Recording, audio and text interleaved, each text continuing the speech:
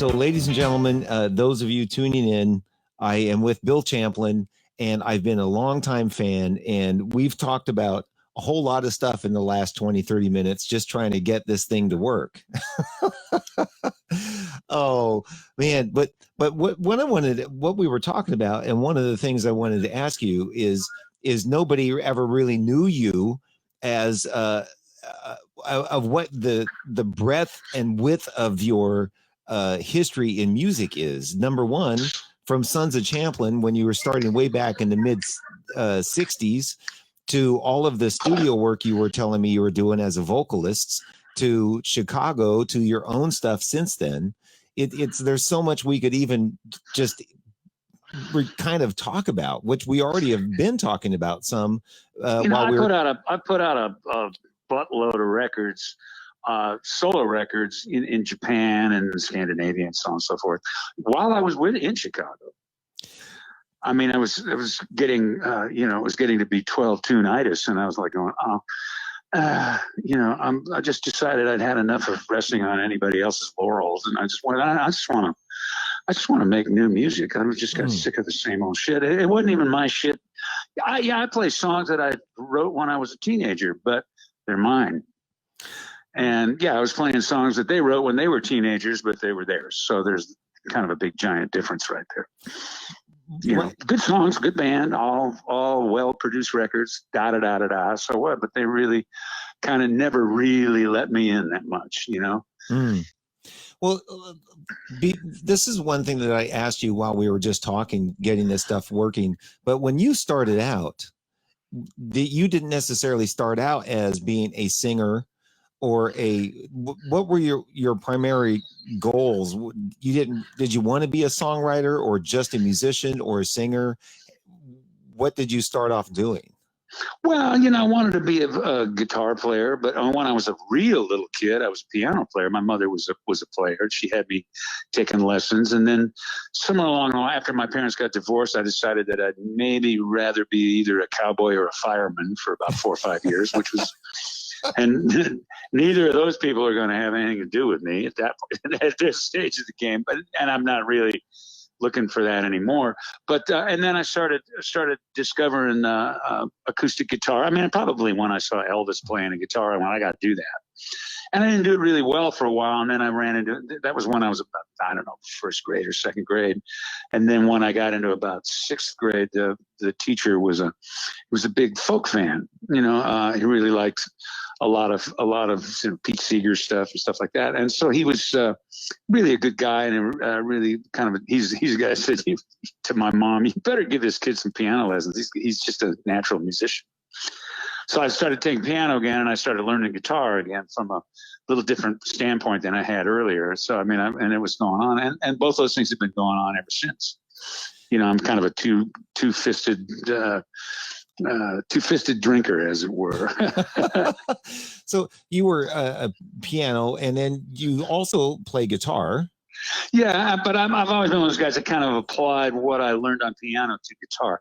That's why if anybody asks me, well, should I start off with the trumpet or should I start off with the sax? And I always say, start off with the piano. Because everything you need to know about music in general, you're going to find it easier on the piano than you will on other instruments. Right. In terms of harmony and just the general basics of music, and that way, if you get those basics, then the rest, learning other instruments, all you got to do is learn that instrument rather than learning music and that instrument at the same time. Mm-hmm. So, I mean, I've always thought that piano is a really good first instrument. And then, guitar comes along. I play with a friend of mine, Bruce Gaich. I love playing with Bill on guitar because he plays guitar more like a piano player. So, not that I noticed that. I mean, at this point of the game, I look at myself more as just I'm a really dyed-in-the-wool rhythm guitarist, which is kind of becoming a lost art. You don't hear a lot of rhythm guitar on new records. No, that's true. Yeah, you hear plenty of rhythm. I mean, there's a lot of rhythmic stuff going on. Most of it keyboard oriented. A lot of the new records are really keyboard players, producers that are doing the whole thing. I mean, I do a lot of the stuff myself on my records. Well, and you were telling me something, and I'm kind of jumping all over the place, but you were telling me something. We were talking about a couple of tracks you did for Chicago. And when I listened to the Chicago record, you would think it's Chicago, but you were telling me it was mostly you in your home studio. Yeah, I cut most of like Santa Claus is Coming to Town. I really pretty much cut that whole thing against an electric drum track that I had on it, just a loop of some kind. And then, well, we got into the studio and Tristan Bowden learned the song right off the bat and played it. And Jason, I had like a Moog bass or a synth bass on it, and everybody liked what the bass is playing, and Jason went in with his bass and did some snaps and overdubs, the kind of a good move. And then I redid a few guitar things, but all the rhythm stuff, everything else that I just did at my house. Same thing with a lot of stuff that I've done. Same thing with What Child Is This? The same way. Yeah, I just cut it at my house and stack all the vocals. And I said, "Man, you guys want to move this album along? Here's this. Here's my 2 songs. Kaboom! All right, well that's easy. It's a couple of overdubs, and that one's ready to go. Wow. So I wanted to ask you too, because I started listening to Sons of Champlin, and the first record I bought, probably the late 1800s, right? Yeah, close. Yeah, I mean, but. The first record, and I told you this when we were talking, that I bought was Welcome to the Dance. Latecomer. Yeah, a little bit compared to what you'd already done. Then that's when I kind of came in listening to the band. But after that, when did you meet Jay Graydon and David Foster? There was a point where I pretty much had all I could take. The Sons were just not that it wasn't good. It was just getting to the point where it was like we couldn't get over that first hump. It just wasn't happening. No matter how hard we tried, we were stuck in what we call the Jekyll and Hyde circuit. Well, I got a lot of pretty deep material, but we were doing like Commodore's covers, so people in the clubs would keep dancing, so they'd get thirsty, so they'd keep buying drinks, so that the club would keep hiring us, and it's just this vicious circle that ends up nowhere. Oh. And I just kind of saw it. I went, wait a minute. Yeah, I'm a band guy, but I'm an artist. God damn it. What's going on here? So the Sons of Champlin, they were more of a musicians kind of band, would you say? Yeah, it was. And so, I mean, I didn't predict particularly. I mean, it was a democracy at some level, and everybody had a little say in it and so on and so forth. And some of the say I just didn't like. I was like, this is not, and it's over my songs that you're saying it. So at some point in the game, I went, I can't do this. I got to go in a different direction with this and make this really work. And that's when we started changing musicians. And with Welcome, we had David Shalleck on bass and Jim Preston on drums, and it was really good. And also the side 2 of Welcome was really, I think we had No Mo, and then did it like it was almost an opera at some level. Well, the whole next was one song, but I kind of went, I'm tired of looking at ribbons. Let's just have a song go straight through. and that's how I took it. And I don't think anybody ever had done that before, where Welcome to the Dance was the end of this. It started with Who Heaven Only Knows. No, that was on side 1. That was the end of side 1. Then we did a version of No Mo, which is like one of the first songs Terry Haggerty ever wrote, which I still play. It's still fun to play. It's like, yeah, we like to get musical, but at the same time, there's a certain party aspect about the Sons that I think people are really latching onto now, more so than they were when we were really, really self-important. Yeah. Yeah. So a lot of times I tend to, and we've had different musicians. Alan Hertz is now playing drums because Jim Preston died in 2014. He had melanoma, and it just took him out. And then David Shalleck, probably my favorite feeling bass player ever on the earth. David just bailed. He said, I just can't keep up with the book. It's just too hard. And I just don't think he wanted to do it anymore. It was just getting, Jim was still alive. I think Terry might have still been in the band. It was just more than David could take. And I love and I miss him every day. My 2 favorite bass players, David's unavailable. He's living up in the mountains somewhere. And George Hawkins, who I've loved forever, I've been a fan of his forever. He just passed away a couple of years ago. He played a lot of bass on my solo albums. Well, some of my later solo albums. Oh, who played? And I know, again, I'm jumping. I don't want to. I want to stay Let's focused. jump around. What the fuck? Okay. Yeah. So then after Sons, when I bought your album entitled Single, yeah, I mean, that was some heavy, funky ass shit.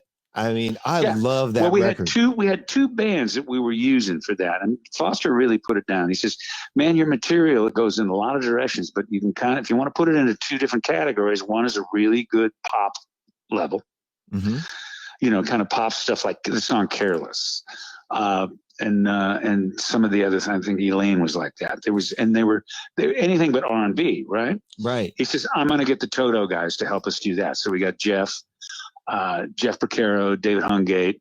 Actually, we had David Page playing piano in addition to David Foster and Steve Lukather on guitar. So that's who the band? Yeah, we pretty much had the Toto guys for a handful of tunes, and then for the really funky stuff, we had Ray Parker's radio band. Whoa! Larry Talbot was on drums. Ray Parker was on guitar, and we actually brought in a guy named David Shields, who was a monster. Man, I love that record, man. That is, and your songwriting too. There's a song on there called "I Don't Want You Anymore." The bass player, it was a Monday morning. The bass player didn't show up. We had everybody else there, and Foster said, "Let's go to the piano." So he wrote that on the date. We cut it without the bass player. When David Shields showed up, we had him overdub on it. And then I wrote the song the next day. I got Bobby Kimball to help me do background vocals, and it's probably one of the funkiest tunes on the record. Oh, man. You know, Foster in those days really cared, man. He was deep. And I still think he is. He's one of the best musicians on the earth. Right. I mean, well, and like Greg Matheson, who I work with a lot, and Greg was saying, man, David Foster's the best pop piano player ever. He's just developed a style and a whole thing that works so well. I mean, that you know, the West Side Story song "Somewhere" that Barbra Streisand did, all David. Man, wow! How did beautiful piece of music? You know, I mean, it's the best thing Streisand had done in years. Yeah. You know. Well, and how did again? I think if you didn't already answer, how did you meet Jay and David? How did that come about? Well, we were doing a Sons album, which I think is probably one of the better, and in a lot of ways, a more pop record, with Keith Olsen, who was a producer who had done Fleetwood Mac's first record. Not the first record, but the one with Rhiannon on it. And he was kind of, long time before that had produced Buckingham Nicks. So he kind of figured a way to get Lindsay and Stevie into Fleetwood Mac. Pretty cool move, you know what I mean? But he did a Sons album. He really liked our band. He did a Sons album, and there was about 3 songs on there that really screamed for strings. And Keith said, "I know a string guy. Let's go over and I'll send him the cassettes. Let's go over and meet him." And we went over, and it was David Foster. And he was the strings guy. He was a string arranger. But we sent him. I think "Here's Where Your Love Belongs," "You," and "Helping Hand," and then maybe just a little bit of one of Hag's instrumentals that had some strings on, just a little spot of it, just a little extra added thing. And David had heard the material and went, "This stuff's the best shit I've heard ever. Let's write." So we started writing, and then he was just beginning of, you know, kind of guy, and he was just beginning to start production. So I was going on the road with the Sons with different people, and he said, "Man, I'll fly in from Oklahoma City, work for me for a couple of days. I'll get Joe Gottfried out there," and it was on a J.P. Morgan record. It's a great album. And he introduced me to all kinds of really cool people on that record. I played organ on a bit of it. Introduced me to Nigel Olsson and Dee Murray, those cats. And then that's when I ran into Carmen Twilly and Nettie Glaude. Me and Carmen and Nettie did a million background dates, especially during the disco era. So, I mean, I just sort of fell into a bee's nest of great stuff. You know, and in those days, a PSA flight from San Francisco to Burbank was $25. Yeah, it was cheap. Yeah, it was a real cheap flight. So, I mean, I spent a lot of time getting up really early in the morning, drawing out, parking my car at the airport, flying down to LA, working all day, getting a cab back to Burbank, flying back up, and fighting the traffic back to Marin County. And I did that for quite a while until I eventually went, I'm spending more time in the air flying to LA, and San Francisco is just, it's not getting my music on any level, and LA is. Mm. Mm. So I started working in LA a lot, and a lot of it was David, and then I met Jay through David. And then Jay had a little home studio he was working in, which he actually recorded Al Jarreau's first record, that really big record he did, Breaking Away. And he did that in his home studio? He did that in his house. He had a lot of, it's so funny, the booth, or the recording room that he had built was so filled with model airplanes that he'd do these flying these like 8-foot wingspread airplanes. It was a hobby he had, but I mean, to get to the microphone, you had to, go down under, crawl under a plane or something to get to the microphone. And Al did the same thing. Al was a good pal, man. What a great, I miss him terribly, man. What a great musician Jarreau was, man. He was unbelievable. Right. And Jay was producing all of his stuff, or the bigger hits that came from Al. Yeah. He did 3 records, I think, with Al. 3, maybe 4. Handful of really good albums. And then Al kind of switched up and did some stuff with George Duke. He cut a handful of stuff. Me and Matheson wrote a tune called Just to Be Loved on one of my solo albums that Paul Brown was producing Al Jarreau at that point in the game. Paul said, we want to cut the song. So he brought his tape over and he said, do me a favor, knock off the vocals, would you, and bounce them for me if you could, and bring me the tape back. Whoa! So Paul he knew that I knew what was going on to do it. He said, "I'll just let Bill do this. He knows what to do." So you wrote that song "Just to Be Loved" by you that Al Jarreau did. Yeah, he actually got, I think it was #1 on the jazz charts for a minute or two. Oh my God, I love that song. Yeah, 90% of the vocals on that is me. I mean, I stacked the whole thing. See, and that's the other part that you're doing, or we're doing then, that nobody would ever know unless they talk to you. All of the background vocals and things that you were doing in Los Angeles. It's insane. I mean, I just had a really good run. Like my dad said, listen, Bill, the definition of an expert's a guy from the next county. So he said, you're working a lot right now. You're the new guy, so everybody's going to get it until you're not the new guy anymore. And then they're going to be calling somebody else. I think, which is exactly what happened. But the somebody else they called was Richard Page, who was the new guy. But I figured I was friends with Richard, so he hired me. So I was no longer the leader. I was one of the singers. So wow. I copped another couple of years on Richard's dime, as it were, And so it's just a funny scene. There's just human nature seems to find its way into most humans' situations. Right. So all of that was kind of like the mid to late 70s through the mid 80s. Yeah, all the way up into the 90s. Yeah, and this is the other part about things that people don't know about you. If they only know you from the Chicago days, this is the other thing, is all of the songwriting. Somebody said, if you wrote a book, what would you write? Which chapter would Chicago be? I said, it would be chapter 3. And what would you write in it? I'd write chapter 3, Chicago, boring, and go to chapter 4 immediately. Well, no, I mean, there was really a lot of fun when Peter was in there. And it was kind of like in that situation, and they had come out of another slump. And a lot of people think David Foster brought me into the band. I was in the band. I got Foster into the band. Whoa! I got a call from Danny, and Danny said, "Hey, how do you think David? Do you think David would be good for Chicago?" I said, "Look, I've heard the material you're working on. He's going to hear it. You're going to end up throwing it out. Almost all of it, except the tune that you and I wrote, which actually Danny had started with David years before. A song called "Sunny Think Twice," which was on that album, and it was the 16 album they were working on. They didn't have a regular deal at their deal with CBS had lapsed. They got off of CBS. They got rid of their manager, their original manager and producer, Jim Guercio. and they were kind of not knowing what to do. Danny calls it, "What do you think if David would be right for this?" I said, "Dude, you're gonna have to rewrite everything you got. Mm. But when you do, it's gonna be a better thing, you know." And there weren't a lot of hits on that record, other than this last song they recorded right before they went to mix, which was Hard to Say I'm Sorry. A lot of people think that's on 17. What it did is it really opened the door for 17, and then at that point in the game, Foster and Cetera really got into it. They kind of took over this scope and direction of the band. Well, David always pretty much would single out what he thought was the hit maker in any group that he worked with. A lot of bands broke up after working with David. Mm.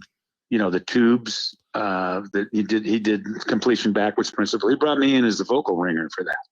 Really? Oh yeah. Wow. Yeah, I was on that. I brought in Bobby Kimball for She's a Beauty, and it was all Bobby, pretty much all Bobby.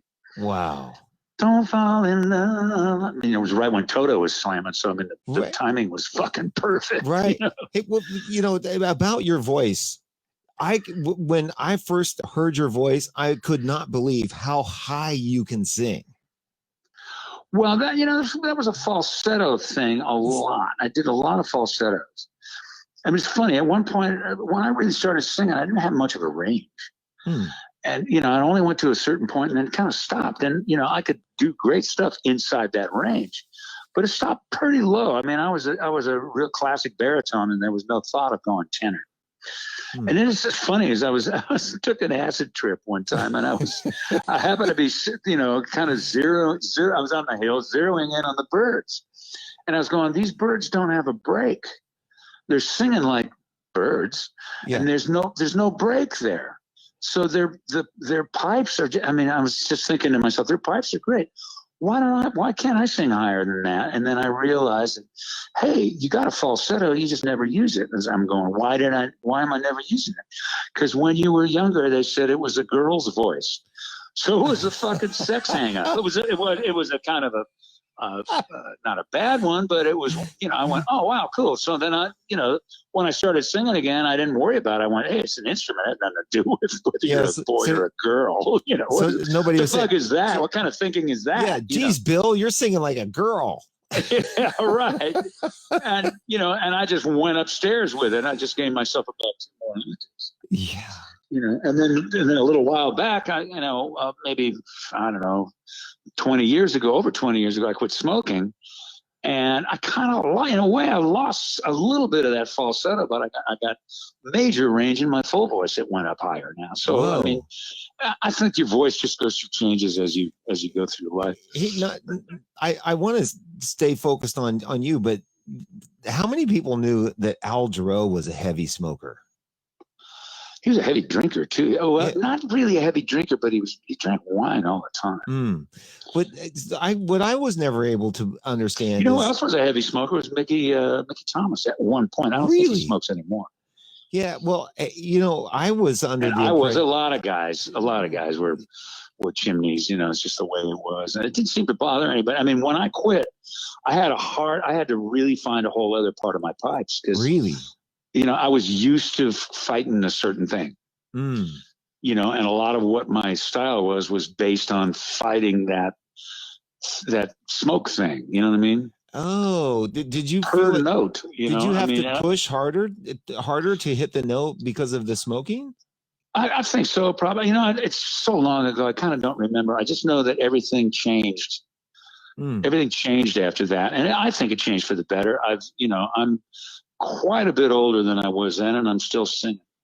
And some people say I sing well. I can't tell. I just do what I do. No, you sound like Bill. There's a certain point where you realize, especially if you grew up like I did. I mean, I realized that what it is music in general, and that means everything from singing to putting new strings on your guitar.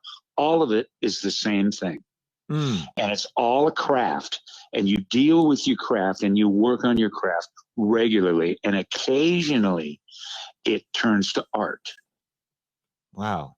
The art that has lasted the longest is usually pottery that some guy made 10,000 years ago to keep his corn in.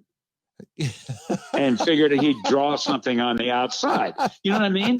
Yeah. He was, Yeah. and that's where your craft became art. And we don't people don't create art. They work. They do their craft, and art comes out of it. It's I've always seen it. Whenever I've written, I was writing a song that Bruce Geich and Janie Kluwer, Bruce's wife, had sent me a track, and I was writing it for an album. And I was just writing it, and it was no big thing. I was out in the studio, and the chorus came, and I went, it was a little bit introspective song.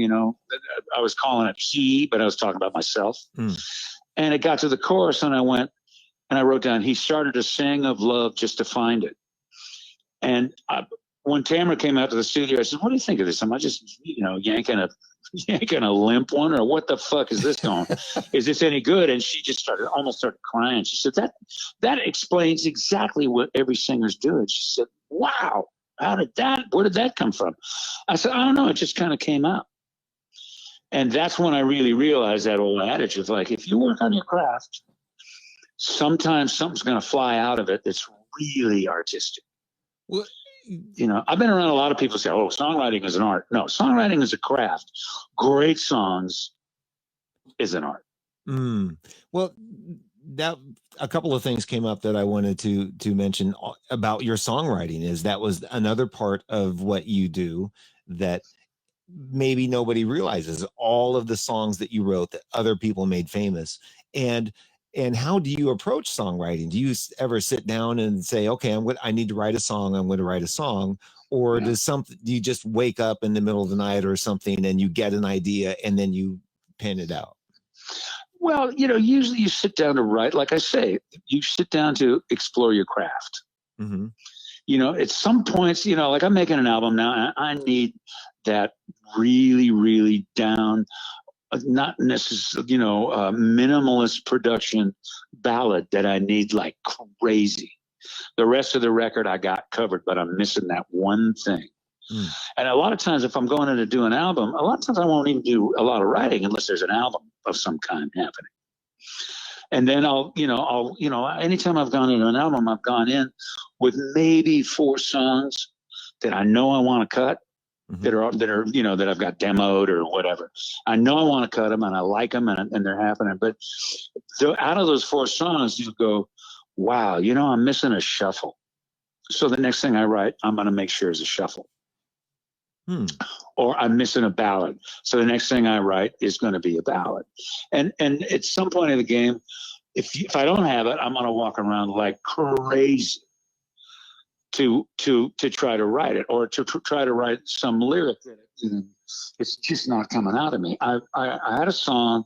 I wanted to have a song, write a song about my son who passed away a couple of years ago, 3 years ago, my older son.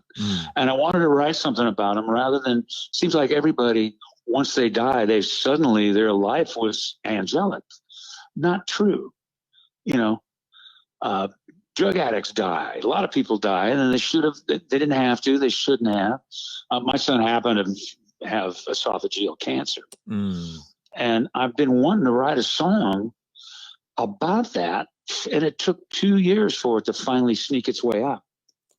Wow. And I had a little music to kind of get it going, and had a little something going on, a little stupid little guitar part to make it happen. And eventually I took it over to piano and classed it up a little bit. And it was just one of those things. It just took forever to get, but I knew I needed to have it. Do you feel like you need to have an emotional connection to some of the songs? Yeah, absolutely. And that's what it is that needs to come out when you. Yeah, and then there's the other song. There's the R&B song that has the tradition of "My baby left me, that bitch," right. or one of the 5 things. I love you, you love me. I don't love you, you don't love me, and let's get back together. Right. there's your 5 basic premises, And then nowadays there are 5 basic chord progressions. If you don't use them, you're not nobody wants to hear it. A lot of very creative music over those same chord progressions. Now, I came from the school that Foster came up with a progression for After the Love Is Gone. That's not one of the 5 basic chord progressions.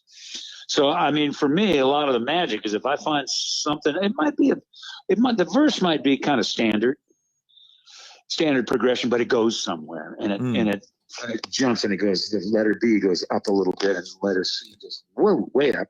Like After the Love Is Gone, people thought letter B was the chorus until they heard letter C. Letter B is that something happened along the way. That thing, right? Right. A lot of people said, "Man, that's a great chorus," and then boom, oh. After the love is gone, then they went, "Whoa, that's cool! It's got 2 fucking choruses. No wonder it was a hit." Right? Yeah. Well, what? Where's my friends? The Manifest got more hooks than a tackle box. well, a lot of people aren't writing songs that are that progressive and creative. People. Not at this point. I mean, even my son, his progressions are somewhat the same. I mean, he's a Berkeley grad we're talking about. He's a bad boy, serious musician. You know what I mean? Mm-hmm. He's got way more training than I do, and can read the fly shit off the page. But I sent him to a really great teacher when he was in high school, and then after that, he did 4 years at Berkeley and got out on the dean's list. 3 years on the dean's list. Wow. Major player. I mean, he wore out a Yamaha Grand just practicing on it. Wore it out. The guy, when I was in Nashville, the seal came out. He said, it's a great piano and it's tuned and it's nice to see you, Bill. But I got something I got to tell you. I've been tuning pianos for 25 years. And I haven't had to say this to anybody. I said, "What's that?" "You need new strings." I said, "What's the price tag on that?" He says, "Oh, between $4,000 and $6,000, and then you got to tune. Then you got to tune it once a week for about a year." And I went, "That's about up the price of what I bought the thing for." So I sold it. Oh. I was there back here in California. I had another one, which is the one I play in now, when I play in the house. Man. So yeah. But you need new strings. You need new strings because he was playing it so much. He said, "I've never seen a piano that was played this much, and I've been tuning pianos in studios for years." Yeah, we talked. This thing has been stepped on. It's been unbelievable. Yeah, so we were talking a little bit last week about you're working on an album with your son Will, and not with Will. It's a solo album. It was what? Yeah. It's a solo album, and I got Will playing on it here and there. He was a really good bass player, so I haven't played bass on some things. I got you. Yeah, no, this one's really mine. This is pretty much mine. This is the new one. And I've co-written. We just co-wrote one with Andreas Carlson, who's a Swedish guy that I've known since he was a busboy. Wow. At this point in the game, he pretty much owns Sweden. He's turned out to be a total what is the word for it? Entrepreneur. And a big songwriter, and he started writing songs with Max Martin. So he got all of those, NSYNC and Backstreet Boys, and Britney Spears things. I mean, he's been swinging for a long time. Yeah, Max Martin is a big name in that pop world. There, he's the producer. I mean, even the country kids. What's her name? This is a little young, skinny little thing. That's such a big artist. Carrie Underwood. No, another one, real small one. I just forgot another. Well, I keep wanting to say Tracy, but that ain't it. I have no idea. But everybody's going over there. Carrie Underwood went over there to Sharon to do a record, So you've written a lot of songs with people. And Jerry Lopez, we were talking about Jerry Lopez. Man, he's a monster. He is a monster. I've seen a lot of band leaders. I mean, he's got about a 16-piece band that he works with regularly, Santa Fe and the Fat City Horns. Yeah. And, keeping that together is like herding cats. You know what I mean? Yeah. And he's the coolest band leader I have, I've watched, I'm a band leader myself. Mm-hmm. And, there's a lot of ways of doing it. There's definitely a lot of ways of doing it. And he does it like Duke Ellington. There's a lot of love in it. But when it's time to really get everybody to shut up and let's play, he does it. He does it in such a loving way. I think he's one of the best band leaders I've ever seen, just in terms of how to juggle 16 people. It's hard to do, man. It's like I say, it's like herding cats. It's right. Really, and keeping all is this a band or a swarm of mosquitoes? Yeah. and keeping all the egos in check and knowing how to. I mean, look at the cats that's played with Duke for what, 40 years. Mm. And some of them went through marital problems and they were going crazy. Some of them were drinking like fish. Some of them were doing smack. And Duke helped all of them just in order to try to keep him in the band. Duke was really a sweetie pie on that level. He's a really good guy. Mm-hmm. Man, when we did the Chicago did the big band album, when there's a handful of Duke Ellington things, and I listened to it over the years and gone, wow, it's beautiful music. But, all of a sudden I had to kind of learn it. And get inside it and see what the hell was going on. And I was going, man, Strayhorn was bad to the bone. Right. Man, that guy was, the arrangements were just so good. And then we got, we were kind of bringing in sort of almost the Motels played Duke. And I was going, no, we can't do that. We can't do that. We got to hip this up a little bit. And then we got Shelley Berg to do the big band arrangements, and man, Shelley just tore it up. That's probably one of my favorite Chicago albums. Is that album? And which one was that again? It's called Night and Day, big band album. I think it's on Geffen Records, believe it or not. Yeah, and it's worth getting, man. There's some cool shit on it. There was and Bruce Turner was the producer. Bruce had done some Aerosmith records and a lot of really cool records. We did it all up at Vancouver at his studio. And I remember Bruce said to me, he says, how long does it usually take you to get a vocal? And I looked at him, I said, how long's a song? He said, oh boy, that's them fighting words there. And so we were doing the record, and there was one tune that Robert was supposed to sing. He just wasn't nailing it, really wasn't nailing it down. He said, you want to sing this? I said, yeah, give me the words. I went out and banged it in one take, and he went, you were right. Every once in a while it's take one. It's not always. I mean, there's times where I gotta, fight like a dog to get it in tune, Right. Something Graydon said she was saying it to Jason Sheff one time. He says, separating the men from the boys vocally is done by, you're not in tune. One guy stays out of tune or overcompensates. The other guy knows how to fix it. He said, that's the men. Right. Well, the boys are going to go all over the place until they eventually land on it. The men know how to bring it up just a tad. You're just a little bit under. Okay, I'll bring it a little bit up. You just fix it. Yeah. You just fix it. Is that something that's naturally easy for you, or is it something as you were mentioning, you learned all through those vocal years where you were just doing backgrounds and doing all those sessions? Was it natural for you? Well, I'll tell you, who it's natural for is Alison Krauss. That one, I mean, she's played a fretless instrument her whole life, so she's learned to tune on the fly. And first time I heard her on a record, I went, oh my God. And I'd heard a lot of auto-tune stuff. And I've learned to know it. She sings in tune that way. It's almost painful how in tune she is. My God, what an amazing singer she is. It's just ridiculous how great her pitch is. Yeah. And it's one of those people who's got perfect pitch and it's there and knows how to temper as she goes. She's just amazing. Just one of the most amazing things I've never heard her sing anything close to out of tune. And that is something. Believe me, I've been out of tune a million times, but I know how to fix it. Yeah. Somebody asked me one time, the Pro Tools guy says, hey man, back in the day when you're doing, a Runaway album and Chicago records and stuff like that, how'd you tune it? I said, we recorded it. Yeah, well, I know, but how did you tune it? We recorded it. Said, what do you explain? I said, if it was out of tune, you cut it again. If it was out of tune, you cut it again. And it's time consuming, but you get it right that way. He said, how'd you get all the backgrounds to lock in? We recorded it. We don't have Vocal Line, which is a great app. It's a wonderful thing. You can take some background vocals that are hanging over the edge and just tighten them up like crazy, and they sound like you did exactly that. Well, you know, don't you think it's really interesting that the younger kids and well, younger the people today don't realize that it back in those days, the way you fix things is you played it right.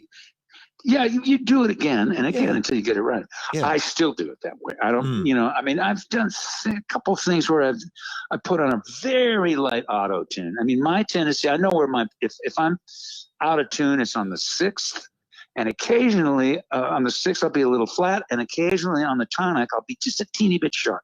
mm. And you can, with the original auto tune, I just set it to 60-40, and it barely touches it, but it covers those little tendencies. It, how much does this play a part when you're singing harmonies or singing with people live? Usually, we were doing a date the other day. It was with Andreas Carlson and Tamara and me. Mm-hmm. A couple of things weren't quite in tune, and I was one of the guys that was out of tune. I was trying to engineer at the same time, so I wasn't my concentration. I mean, you got to kind of concentrate on your pitch when you go into tape, or when you're recording, right? Because a lot of times, you remember right before Michael Jackson went out and started doing his own solo stuff. They had a few records with the Jackson 5. And he was kind of what I like to call gospel sharp, which is, singing so hard you're overstepping it. It's like hitting a tennis ball too hard and you're just on the other side of the line. You know what I mean? Right. Which is out. So basically out. You can hit it as hard as you want, but you got to keep it inside the line. And the same thing holds true with singing.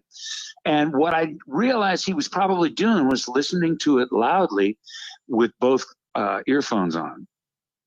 So in his head, and if it was loud in his head, it probably sounded in tune to him. Interesting. But now, okay, think of if you've ever gone, ask yourself, what's this about? Where you're listening really loud in cans or earbuds, and the song starts to fade, and it sounds like it's going flat when it's fading. It's like a Doppler effect.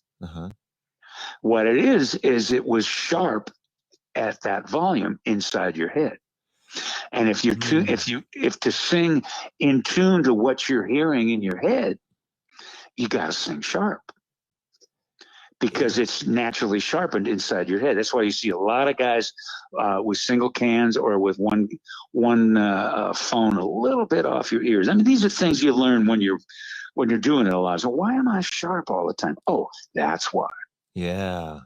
And now, okay, let's take this to this new thing where all these bands, everybody's using in-ear monitors. Now, and to get any kind of feel from them, you crank them a little bit, which means they're going sharp. So if you're singing and everybody says, oh man, I'm singing way more in tune, it sounds like it's in tune to you, but it's sharp. Even James Taylor, I think, is sharp these days, and he was always a pitch king. And that's why I really think those things I think there's a real problem with them. Plus, you keep turning them up to try to get a groove. Right. And I think that may have a little bit to do with what's been happening with Huey Lewis. Yeah, and he I don't think he's able to sing again yet. No, he can't. There's a disease, and it's a manure or something. I can't remember what the hell it's called. But it's what it is if he's just hearing you talk, he's fine. He can hear it. But it's you and two other people and bus boys running around. It just all turns to gobbledygook. He can't hear anything. Or what it is he's hearing everything the same volume. It's just like, yeah. But if it's just one person talking quietly, then he's fine. So it's great. But trying to sing with a band, forget about it. Yeah. Trying to sing with a track of a lot of different kind of sounds, forget about it. Probably could do his vocals with a click track. Yeah. With all of the years, it's interesting how that just develops. Hey, he was a good singer, and man, is he a great harp player. Woo! I don't think people even realize that. It's like Bonnie Raitt. She's such a great singer. I mean, she really is one of the best in the world. A lot of people don't give her the credit I think she deserves for how well she plays slide. Yeah. Oh man, she's good. It's just so cool. She plays just what's needed, and there's not a lot of extra crap going on. I think she's up there with Sonny Landreth and Derek Trucks and all the other really great slide players that we've all known about. And very rarely does she get credit for that. I give her credit like for that all the time. She's a friend. She's a really good friend. Well, you know, one thing that I since we've been talking, the amount of people that I know that you know is you have touched and know practically everybody in the music business. No, not really. Well, I mean, you know. to me, the people that are relevant to me, Stevie Wonder, and you know, just talking about those kinds of things. I talked to Stevie Wonder on the telephone one time. That's as close as I know him at all. I don't really know him. Yeah. And I didn't know Ray. I met him once. My son, Brad knew Ray pretty well because he was playing. Ray was playing up where Brad was working in the lounge when Ray was working the big room up at Clear Lake, whatever that place was. I can't remember the name. Yeah, I remember that room too. That's closed down now. Well, from that perspective, then what was it like from your background to talk to Stevie? Oh, he called me up. Really? Well, I was right when Look Away was really big. He said, "Hey, man, I'd love to, send you a song or get something going on." And I just happened to mention, I said, CD, I live about 3 doors down from your mom. And I think that just shut him down. I don't know what it was, but he was just, and then he also at the same time, he had been a really good friend of Danny Serafin's in the early days. And this was right on the heels of Danny not being in the band anymore. Oh. And so Danny's not in the band anymore. He's kind of, his playing kind of went a little left on him, and just things got a little ugly. And I think he just kind of went, well, fuck you then. I'll see you later. Somehow I never heard from him again. But it was nice to talk to him the one time. And my God, I mean, he's wow, he's sure written some words. I mean, I've cut a couple of his songs over the years, and at one time or another, we did a version with Lee Ritenour. Actually, Foster called me and said, "We're doing an arrangement. Isn't she lovely?" And I'd just gotten Songs in the Key of Life. Oh, wow. And the song had just knocked me out. I was going, oh, man, you could hear him giving his kid a bath, his baby a bath. It was just so soulful. And, being a dad, I was just like, I was just in tears the first time I heard it. Yeah, I mean, it was just, this is one soulful piece of music. And as is the whole album for the most part. You know what I mean? But I remember that take that you did with Lee Ritenour, and wasn't. Yeah, and Foster called me and says, "Hey, we're doing this thing with Ritenour, and the band was Foster on Rhodes, Mike Porcaro on bass, Jeff Porcaro on drums, and Ray Parker Jr. on guitar." Man, what a band! Screaming arrangement. It was just insane. Right? So, and he said, "Can we get you to come down and sing this? And what key would you like it in?" I just kind of went, "Isn't he love?" I don't know, probably the original key. Yeah. And he said, "Okay, cool." And I went down, and at one point he said, "Hey man, just run me off a scat in the middle of it." So I knocked off a scat, and the lead went home and learned it on slide. And went on the record and doubled it. Everybody says, "Champlin, you nailed his solo." I said, "Well, it's kind of the other way around. I just banged one off real quick." And, I didn't know what to charge him. Foster actually got me a little better money than I would when I was planning on charging him. I think I got $700 for that. Wow. Man. But, and then I've worked with Rit quite a bit after that, a handful of things. I co-wrote and did the background vocals for that song, "Is It You?" which was a big hit for him. That was huge. Yeah, it was kind of nice. Wasn't that on a Stanley Clarke record? No, it was "Is It You" was on Written. The album was called Rit. Oh, okay. And he had just hired a singer named Eric Tagg, and Eric Lee and I had written the start of it, and then I kind of wrote some words over a bridge, and he ended up using my words, but they redid verses and had Eric write the verses. Man. He's a good friend. He's a sweetie pie. What a Yeah. great singer he Yeah. is. And they had another song I don't think did as well as Is It You, called Mr. Briefcase. It was insane great. Oh, right. I remember that. Yeah.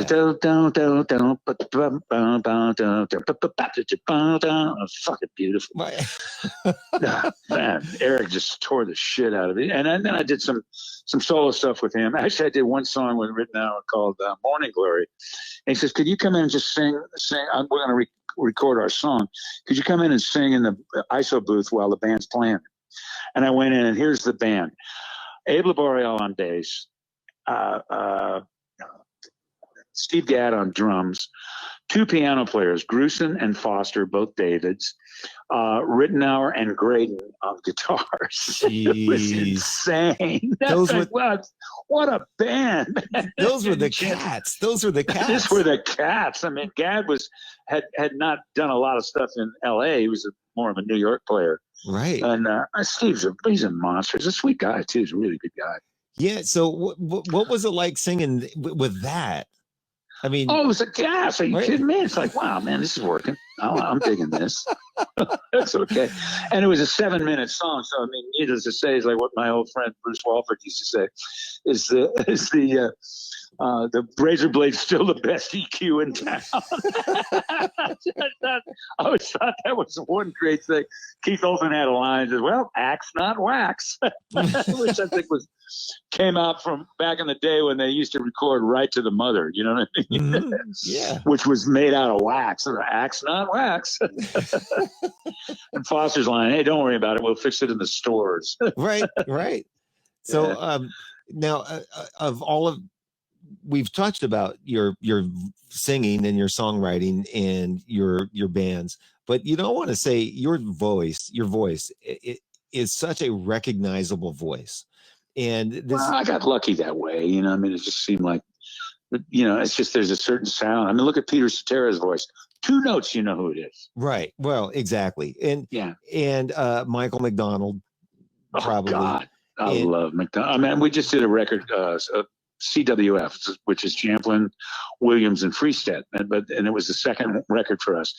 Joseph was so busy with Toto; he's not all over the record. He's got a few spots here and there, but we had Michael come in and sing a duet with me.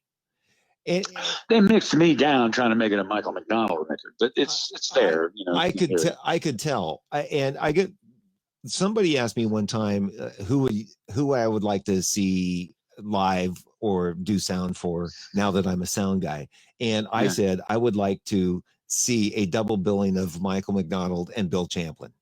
I mean, I'm no kidding. That was the exact words out of my mouth. And they go, well, why? And I said, because they're two of my favorite singers. Yeah, well, there you go. That'll do the trick. Right. Michael's always, for me, I haven't seen his band in a while. I mean, I saw it in Nashville, and I think there were other cats in the band than are there now. And Michael's, God, that guy can sing time, news, and weather and make it just great. He's just he's such a natural singer. And he's like, a friend of mine, Michael O'Neill, is a guitar player who's been the second guitar player with George Benson for probably 30 years and plus. Wow. But when I talked to him, he'd been with him for 24 years. And he says, yeah, man, George. Yeah, so what's it like playing with George? I mean, first of all, I love the guy. I mean, we worked together on Turn Your Love Around. Right. And we had a ball hanging, you know. I mean, he's a really, really sweet guy, wonderful dude. And it was really a funny story. Tamara and I were Turn Your Love Around was on the charts. Tamara and I were in Maui for our honeymoon, right? This is in 81. Wow. Right. Turn Your Love Around was just hitting the charts. Luckily we got the Christmas freeze, so we got 2 extra weeks at number 1, which was a rare one, you know, grab that. And so and the last night we were there, we ran into George. Was down playing at a club or jamming with a guy down at this club in Lahaina. And George was in. I said, hey, George, how you doing, man? I haven't seen you. How about this? You got a number 1 record. He said, yeah, this is great. Why don't you come on over to the house? So we went over to the house, and I was still drinking then. I think we had a glass of wine or something. He said, dig this music. And he puts on Charlie Parker with strings. That one record Parker did with he did 6, 7 songs with string section. pretty much just strings. And, you know, he played the melody and then he soloed in the middle of it. Mm-hmm. And George puts this thing on and just dig his solo. And he plays Charlie singing and George is singing the notes. Just going, oh, fuck. This guy's ridiculous. I mean, holy shit, this guy's unbelievable. And he is. And what Michael said is, man, every night for 24 years, something different would come flying off of his guitar. Wow. And I'd go backstage every time and go, what the hell was that? And George would always just say, I don't know. And it's just one of those. And Michael's the same way. He doesn't even have to think about it. It just comes through him. Yeah. Yeah. And he did on this one record. He did a couple of licks I'd never heard him sing before. I think he wanted to fix him, and I wouldn't let him. No. I've never heard this lick. I've never heard anybody sing this lick. It's staying. He said, "Oh well, that's okay. I don't mind." He knew the records ain't gonna take the world by anything but drizzle, you know. So we're pretty cool. He's an old friend. We did some stuff together. The first time I sang with Bobby Kimball was on a song on my first album called "I Don't Want You Anymore." And then after we finished the vocal date on that, I said, "Hey, I got to go to another session." And he said, "Where are you going?" I said, "Well, I'm singing. Memphis Horns has got a date, and I'm going to go in and sing with Michael McDonald." He says, "Oh God, let me go with you." So we got up to the date, and and Alan Abrahams, who was the producer of it, said, "Oh God, Bobby's going to sing." So the three of us sang together, and the next thing you know, the three of us were wow, all over the place. And then we got Michael and Bobby on one on my record, another one on my record called "Careless," which was Bobby and Michael and me. Well, so and then Michael was kind of not doing anything for a while. I said, "Hey man, you feel like working?" He said, "Sure, I'll make some noise." Wouldn't mind a check. Yeah. It's all double scale. When I realized it was me, Michael McDonald, and Bobby Kimball, when I was one of the first guys in LA to say, "We're going double." This is going to cost you twice as much as it would have cost you last week, And it went slow for about 3 weeks, and then suddenly all the phone calls were like Donna Summer and Elton John and, pretty good people. It's like, whoa. And there's that point where, if you've got something really good and you overcharge for it, people are going to think it's even better. Interesting. Yeah. Yeah. Why do you think, somebody can put out something at Penny's for $20 and something can put out something at Neiman Marcus for $200, and you think that Neiman Marcus is better? And it's the same thing. It's probably the same thing. Right. Well, that's what brand names are about. My stepfather, I didn't dig him very much, but he told me one story that was great with Gillette. It was this is when people were really broke during the Depression. Mm-hmm. He said Gillette came up with a safety razor, which at the time was as big as the reinventing the wheel. You know what I mean? It was a big thing. And he got a marketing company to market it, and he wanted to sell it. He said, "I can sell this for 50 cents. And I'll still make well over 100% profit." So they had 3 test markets: California, Texas, and Michigan. Mm-hmm. And California and Texas were selling it for 50 cents. It didn't do anything. Michigan fucked up, and they called it $5. It went through the roof. Whoa. And this was during the Depression. It went through the roof. So, they changed the price on everything.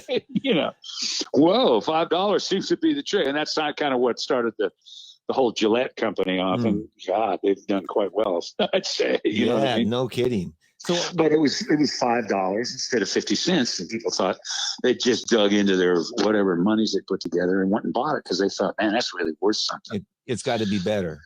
Yeah, it's got to be better, and people in Michigan would have, after they got it once, they would have gladly paid 50 cents for the next one. Mm-hmm.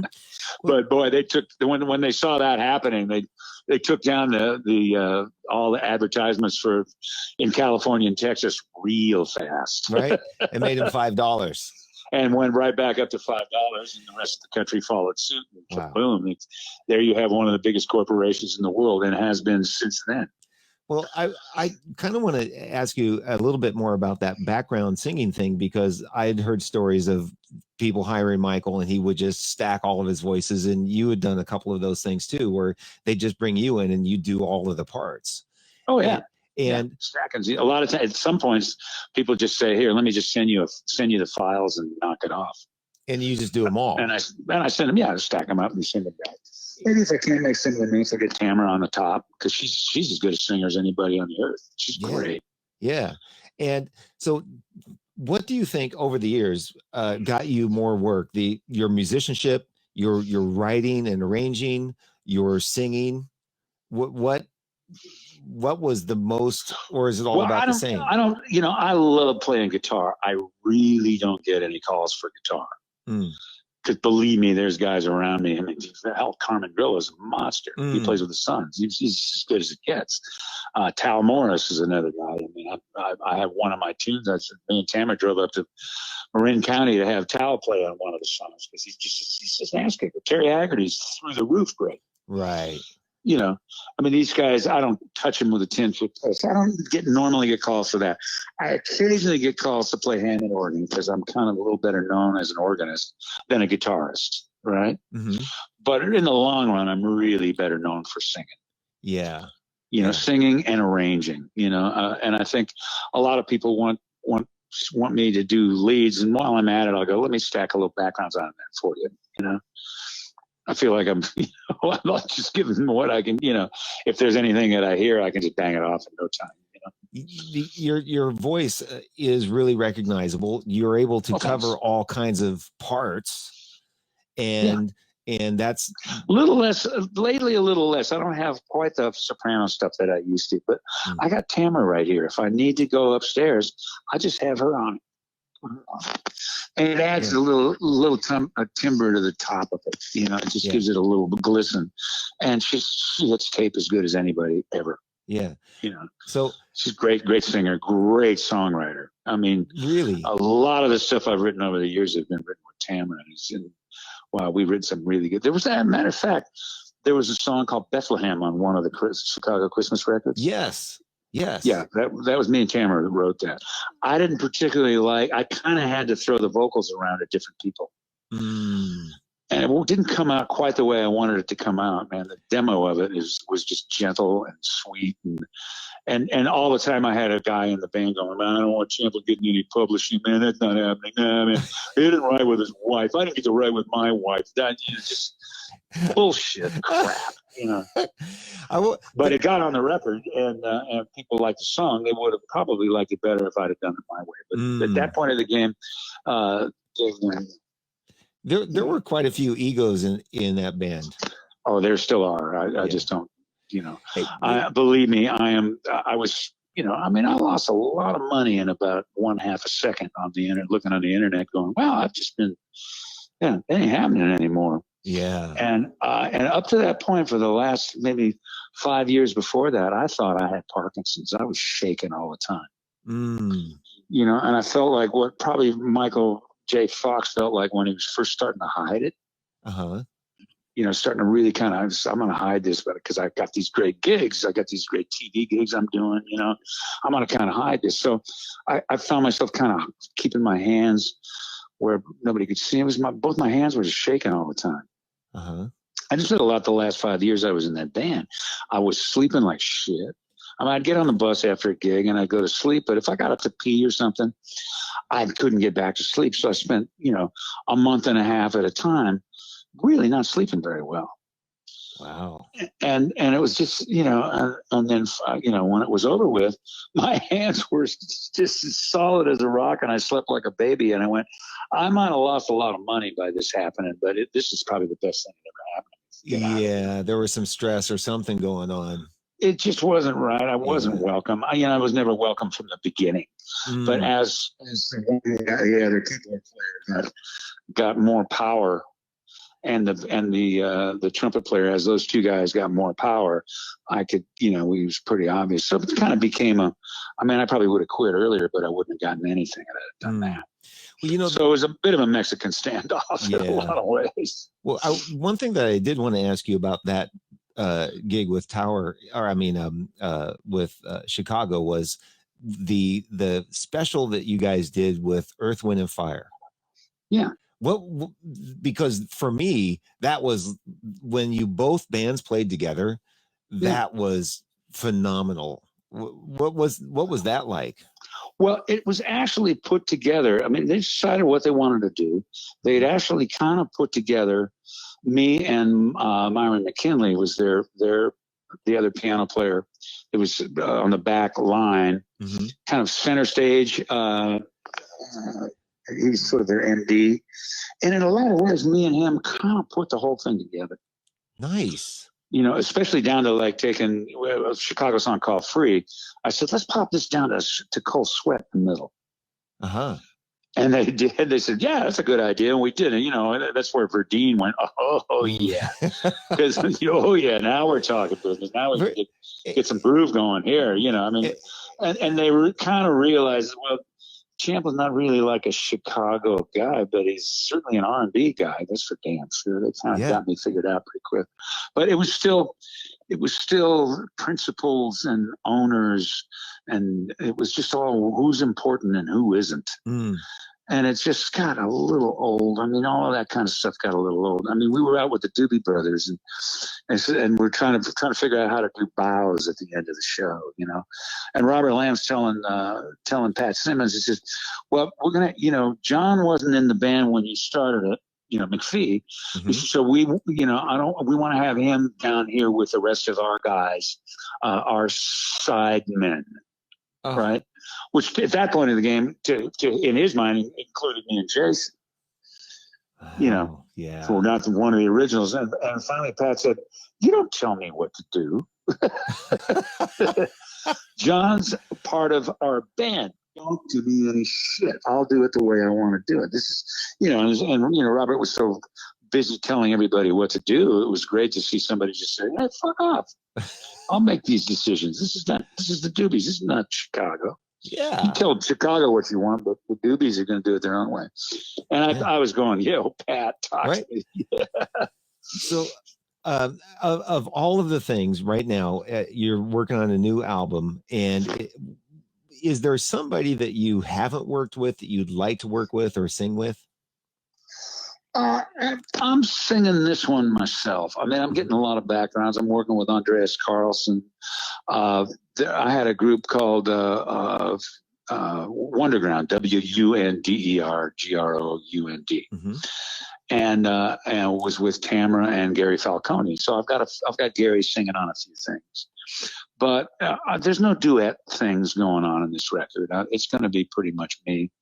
And I'm kind of at this point of the game, it's like, don't really give a shit if people like it or not. I got to do it. Right? You know, I mean, there's a point where you just kind of, I don't care. I'm going to do my record the way I want to do it. I know what to do. I'm working with Greg Matheson again. And Matheson and I have done really good things. Whenever we, you know, pick up a pencil and paper and he does a track, whoa, talk to me. So I've got three Matheson songs on there that are just insane great, grooving like a dog. And I'm just starting to put drums on everything. I'm using Alan Hertz on drums, on real drums. Because I've cut a lot of stuff against you know, drum machine or drum, what do you call them? They're just in a little, what do you call it? I forget what the name of it is. You know, a file full like of loops. Stuff. Yeah, in the not even loops. You know, I put the drums. It's just like an old-fashioned drum machine. Oh, I got you. It's just inside Pro Tools. You know. Yeah, I got you. So, I kind of do that just to get the song going and get it to where I really want it. And I'll actually do keyboard bass. I've got Trillion, which has got pretty good basses on it. Some of it's sort of moogie stuff. Some of it's a copy of Fender bass. And it doesn't push the air that a real bass pushes, but I like the parts that I'm coming up with. So, you know, I'll probably replace it with real bass. And then in terms of songs, I'm just picking songs that got some stuff going on them. You know what I mean? And lyrically, there's, you know, 4 or 5 songs that are really personal. There's 2 that are terribly personal. There's one about my son. You know, Yeah. not Will, but Brad, Right. who had passed away. And Right. that one took me a couple of years to write. Right. There's some other stuff on there it's just really personal. And somebody said this, Shelley Berman said one time, he said, anybody who tells me I can't talk about my son who passed away 15 years ago because it's, you know, because too much time's gone by and they're not interested, can fuck off as far as I'm concerned. Right. If I feel like I want to talk about him, I'm gonna. Right.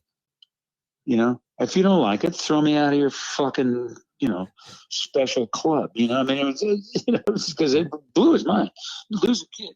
You don't want to outlive your kid. It's simple as that. Right. Right. It's not, it just hurts, man. That shit just, you know, with me, it was like I was diagnosed with prostate cancer on a Monday, and Tuesday, my son died of esophageal cancer. Oh. And on Thursday, I had to hop on an airplane and fly across the world to South Africa and play a couple of gigs in South Africa. No. I told the guy I had to do it, and I was over there with really good friends of mine, Brenda Russell and Denise Williams were with me. And Denise is a sweetie pie. Boy, she hasn't lost a millimeter of how to sing. She's one of the best singers on the earth. She sings so good. Oh, she's sweet, man. Got range for days. That's just amazing. I mean, I was doing a version of Hard Habit to Break with her singing the Cetera parts. She made it her own. It was fucking beautiful. Wow. Oh my God, she's great. And Brenda is probably, you know, when you say the word art, you're looking at Brenda Russell. Everything she does is artistic. Yeah. Yeah. She did a song. She wrote a song for, I mean, she and Allie Willis wrote most of the music for the Broadway show Color Purple. Really? Yeah, they were working for Oprah. She kind of hired them and knew she went to the right people. And then, but she did a song for Donna Summer called Dinner with Gershwin. Have you ever heard it? You know, I know more than likely I have, but I can't recall the melody because you can probably, I'm gonna have dinner with Gershwin. Really fucking cool, man. Yeah. You could probably find it and just Googling the thing and throw it up and go, this is artistic. Piano in the dark. This is artistic. Mm-hmm. You know, Oleta Adams tune, Get Here. Oh, yeah. That was a Brenda Russell song. Man, you know, that's a good tune. Yeah, it really is. You know, you can take a down. That was Joe Samples on piano. Yeah. Yeah. You know, man, pretty cool. Yeah. Pretty damn good. You know, man, dude. Why does the piano feel so good? 2 words: Joe Samples. I love Joe and Russ Ferrante are my 2 favorite piano players for feel, just for feel. Yeah. You know, there's a lot of guys that play way better. You know, that probably have way more chops. You know, but to feel, man, those 2 guys can play. They play back here, man. The back here's where it lives. Right. Right. That's what I love about. You know, there's a lot of stuff. Although one of the few up there records that I really like was is stuff with Michael Jackson. That stuff was in front, man. It was all on the front end of it. It was, and they made it, and it was really cool. It was something that they all were there. With my stuff, it's always been, even when I was a kid, it's always been on the back. Yeah. Now I had a solo band with Jerry Lopez in the band, and we did a version of a Sun song called Goldmine, but we did it way up and way in your face. And Matheson was playing with us, and Roshan Westmoreland was on bass. You know, it was like 2 or 3 guys from the Santa Fe band. You know, Eddie Garcia was playing drums. Nasty, you know, and so Jerry kind of knew the song. So the Sons were playing a gig in Vegas, and Jerry was there, and I said, "Hey Jerry, I'm playing organ on this. My guitar's sitting there. You know the songs. Sit in with us." It did, but at this point I was playing it. And Jerry played it, and he came backstage. He said, "I just got why the Sons are so cool." He said, "This back here thing." He said, "I usually play everything right on the front edge. Right. The back here really is cool. That's a great place to be." Right.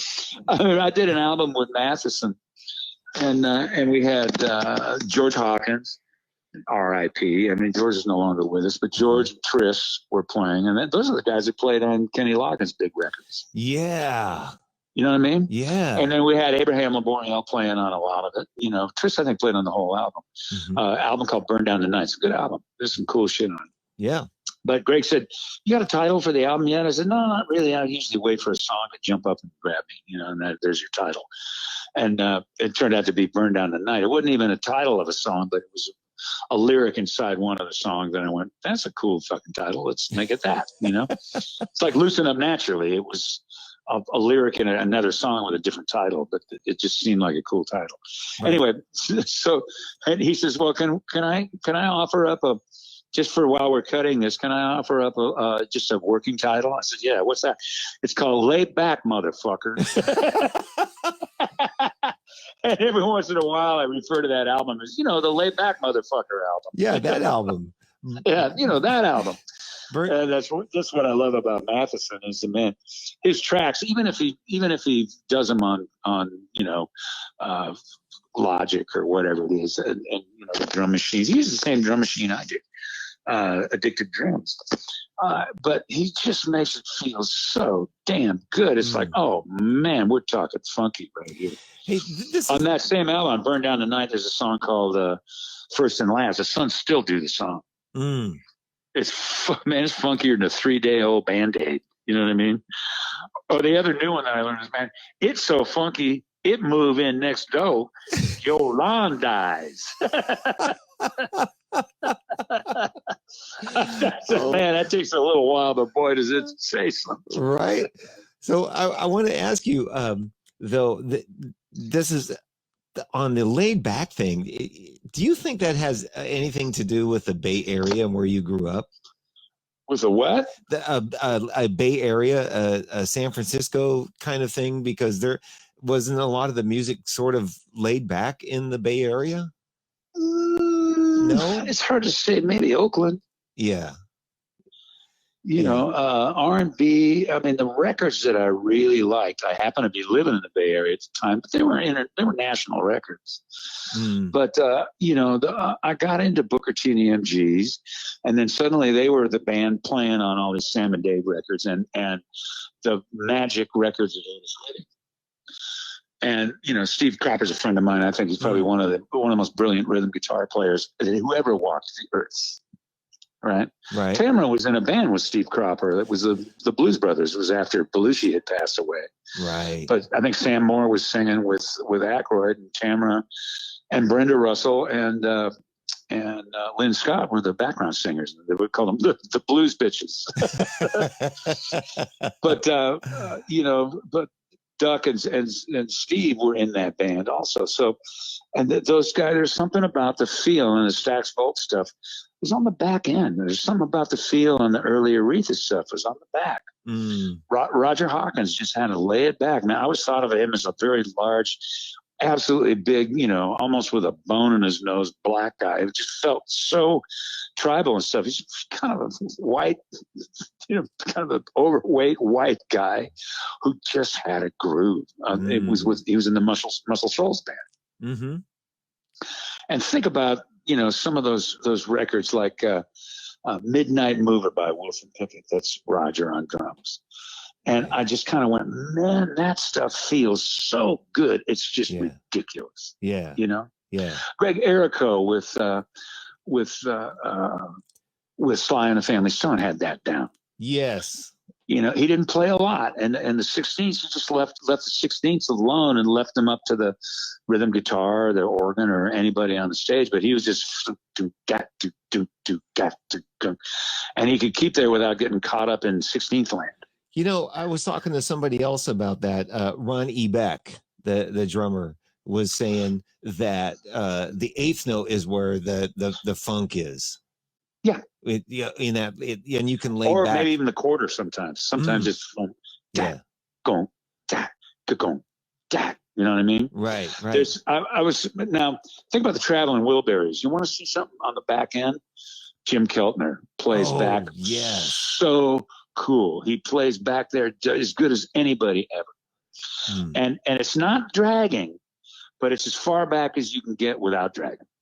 Yeah, and And that's that's where he lives. I mean, the Wilburys, oh man, just such a pocket. And it's Jim. It's all Jim. right. So I saw him at a party one time. I've known him for years. Hmm. I saw him at a party and I said, so you got to tell me, where did you get this kind of thing that's just become yours, this way back groove that you get that's just so fucking, it's infectious. Uh-huh. Something about it is infectious. It's like, oh man, it reminds you, slow down. Here it is. Don't get in front of where the groove is. And he says, I got really two different drummers really turned me on to it. Ringo Starr and the drummer in AC/DC. He said, both those guys get on the back of it. He said, and Ringo's a friend of mine. And I talked to him. I said, well, why, what's the story about this time? You're kind of on the back end of it. And Ringo said, their music, the songs that those guys write, I heard a couple of them on cassettes with Pete Best, who was the drummer before Ringo in the Beatles. And Pete played on the front end. And the songs went by and you didn't notice the songs. He said, I play back because it makes the songs more important. Interesting. And Jimmy told me that, and I was like, holy shit, how about that? Wow. It's not dragging. It doesn't necessarily mean it's dragging, but it means you're in no hurry to get to the next beat. Yeah. It's going to happen when it's supposed to happen. Kaboom, there you are. Yeah. And when Jim told me that, I went, whoa, how really cool. He says, people give Ringo a lot of shit, don't they? Say he's not that good a drummer. He says he's one of the best drummers I've ever heard. Nobody plays his feel and the way he plays. Nobody can do it. Yeah, and it's one of the things. It was that final thing that really made the Beatles just go boom. Here it is. Yeah. That and Paul McCartney's bass playing. Well, yeah. Boy. And he's an underrated guy, too. I mean, we've got the Beatles channel on our satellite radio in the car. Oh, my God. We were driving up to Marin to do a gig with the Sons. And they had the top one, they had votes on the Beatles channel, and they were playing the top 100 Beatles songs. Mm-hmm. And Peter Asher, who was a real close friend of Paul McCartney's early on, they were roommates for years. Peter was also with Peter and Gordon, and became a really good producer. He produced most of Linda Ronstadt's big records. Right. So Peter was talking about what was going on with them back in the day, and it was just insane to check it out. At some point, I think John just was so involved in how famous they were. When Paul was like, "Hey, we're kind of, look at how we feel with this pandemic and having to shut down and stay home." Mm-hmm. Those guys had to do that for how long? Oh, think about it. Yeah. So McCartney started practicing piano like a motherfucker. He became a really good piano player. Yeah, absolutely. No shit. Yeah. Lady Madonna is not anybody else. That's him playing Yeah. piano. And his bass playing and his choice of where to put the bass and where to put the groove, it's as good as anybody's. I think had the Beatles not happened, he'd have been the Mark King of English music at that time. Right. And Mark is the bass player with level 42. Right, and that's another guy. He's the first call session guy. He's one of the top guys. And what an amazing! And he can sing too and play. Yes, he can. Unbelievably good. Yeah. But I think Paul was that guy back earlier. You know what I mean? Back in the day. I remember when I was reading. Mick Fleetwood wrote a book, and he was talking about the early. I think he lived in Manchester, maybe, or somewhere other than London, and he went down to London. Well, he was pretty young because there was sessions going on. He got on a lot of sessions. He says, well, we're checking out these two guys, Lennon and McCartney, cruising around town. All they were talking about was Buddy, what's his name? Buddy Holly. Mm-hmm. They were so far into Buddy Holly, it was ridiculous. He says, and then, at some point in the game, after they finished Love Me Do, after they got the deal, then all of a sudden they started to grow. And God, did they grow. McCartney's still growing. Yeah, yeah. I saw him at the Cow Palace, or not the Cow Palace, the Candlestick Park. There was about 75,000 people there. Yeah. And it was insane, man. He was on stage for 3.5 hours.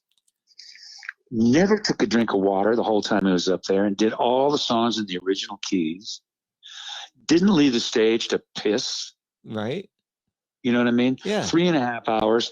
Every song sang the piss out of him. I could see him chewing gum a little bit, so it gave him a little bit of moisture, right? Mm-hmm. Which I can understand. I've done that myself. You got to be real careful because it can go right down your lung. You can swallow it wrong. But Tamara kind of knows one of the guitar players, so she hit him up on Facebook. Says, "Love the show. It was great. What's the story with no water for 3.5 hours?" And he wrote back and said, "Well, first of all, he's not of this planet. He's an alien." And yeah. Second of all, one time he took a drink of water and went to go sing. It was probably something like Yesterday or one of those, and he burped, and that was the end of that. bit of a professional, like, that's not going to happen again.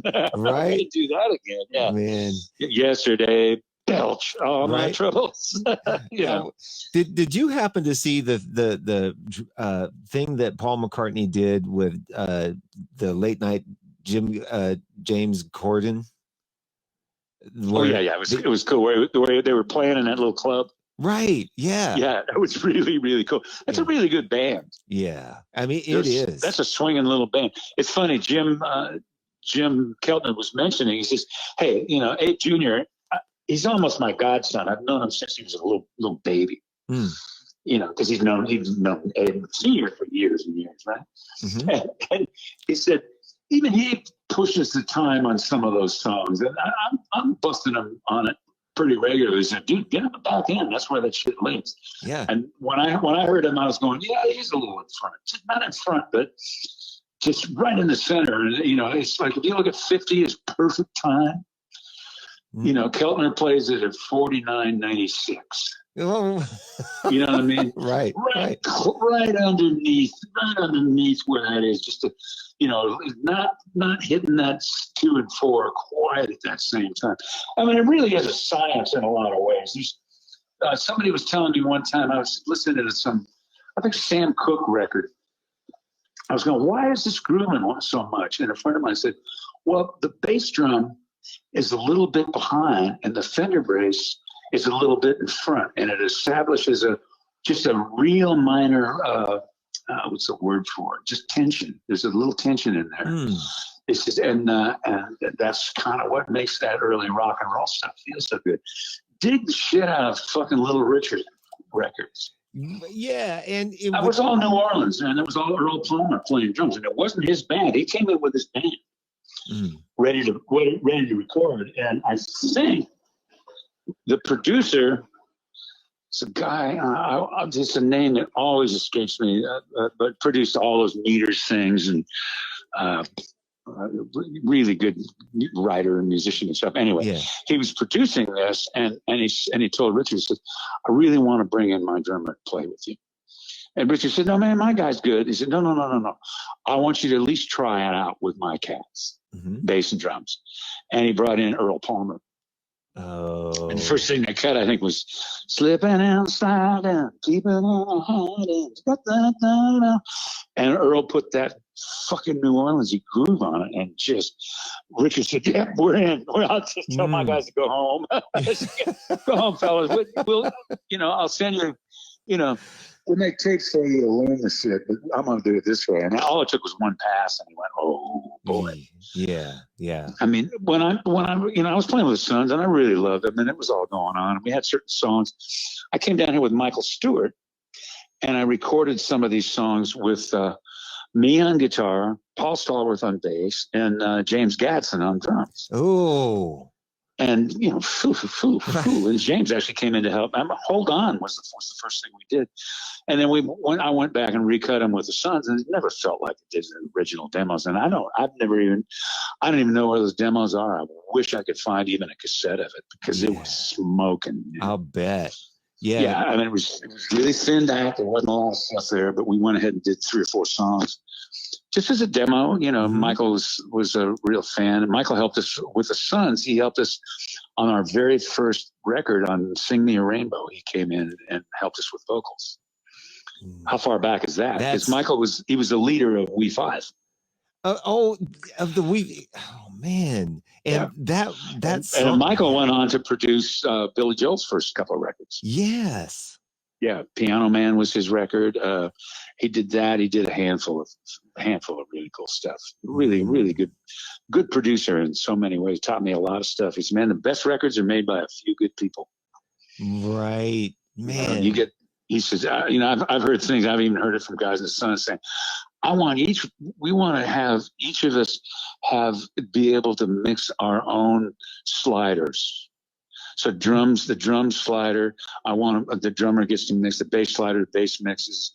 I said, yeah, in other words, you want to pin the fucking stereo bus, don't you? What the fuck are you talking about? That's not the way records are made. You can't do that. No. Oh, yeah, well, we got to try. Well, okay, we tried it once when we were doing 8-track. And immediately, we were just pinned. Everybody was pinned. Everybody was trying to hear themselves a little better. I said, it's not how records are made. You just don't do it that way. Right. Simple as that. Bass and drums will probably be heard because, hey, it's pop music or rock music. Anyway, neither here nor there. Well, Bill, you're not going to believe this. We've been talking for an hour and a half in addition to the time we spent talking beforehand. And we have had dozens of listeners the whole time. And tuning in. Bill Champlin is such an underrated singer. Thank you. And another lady said she loved the Earth, Wind and Fire and Chicago tour.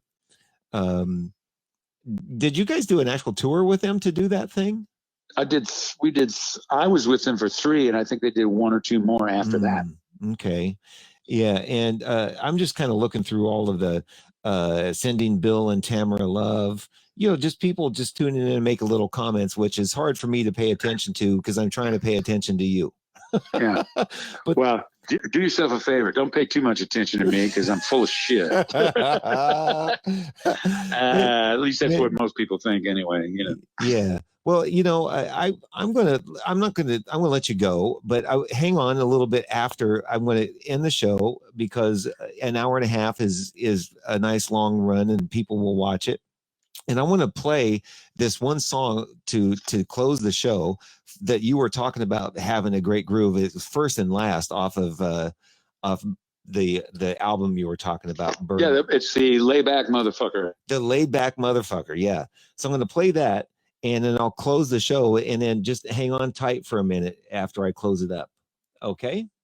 Okay, here is first and last, the Layback Motherfucker. That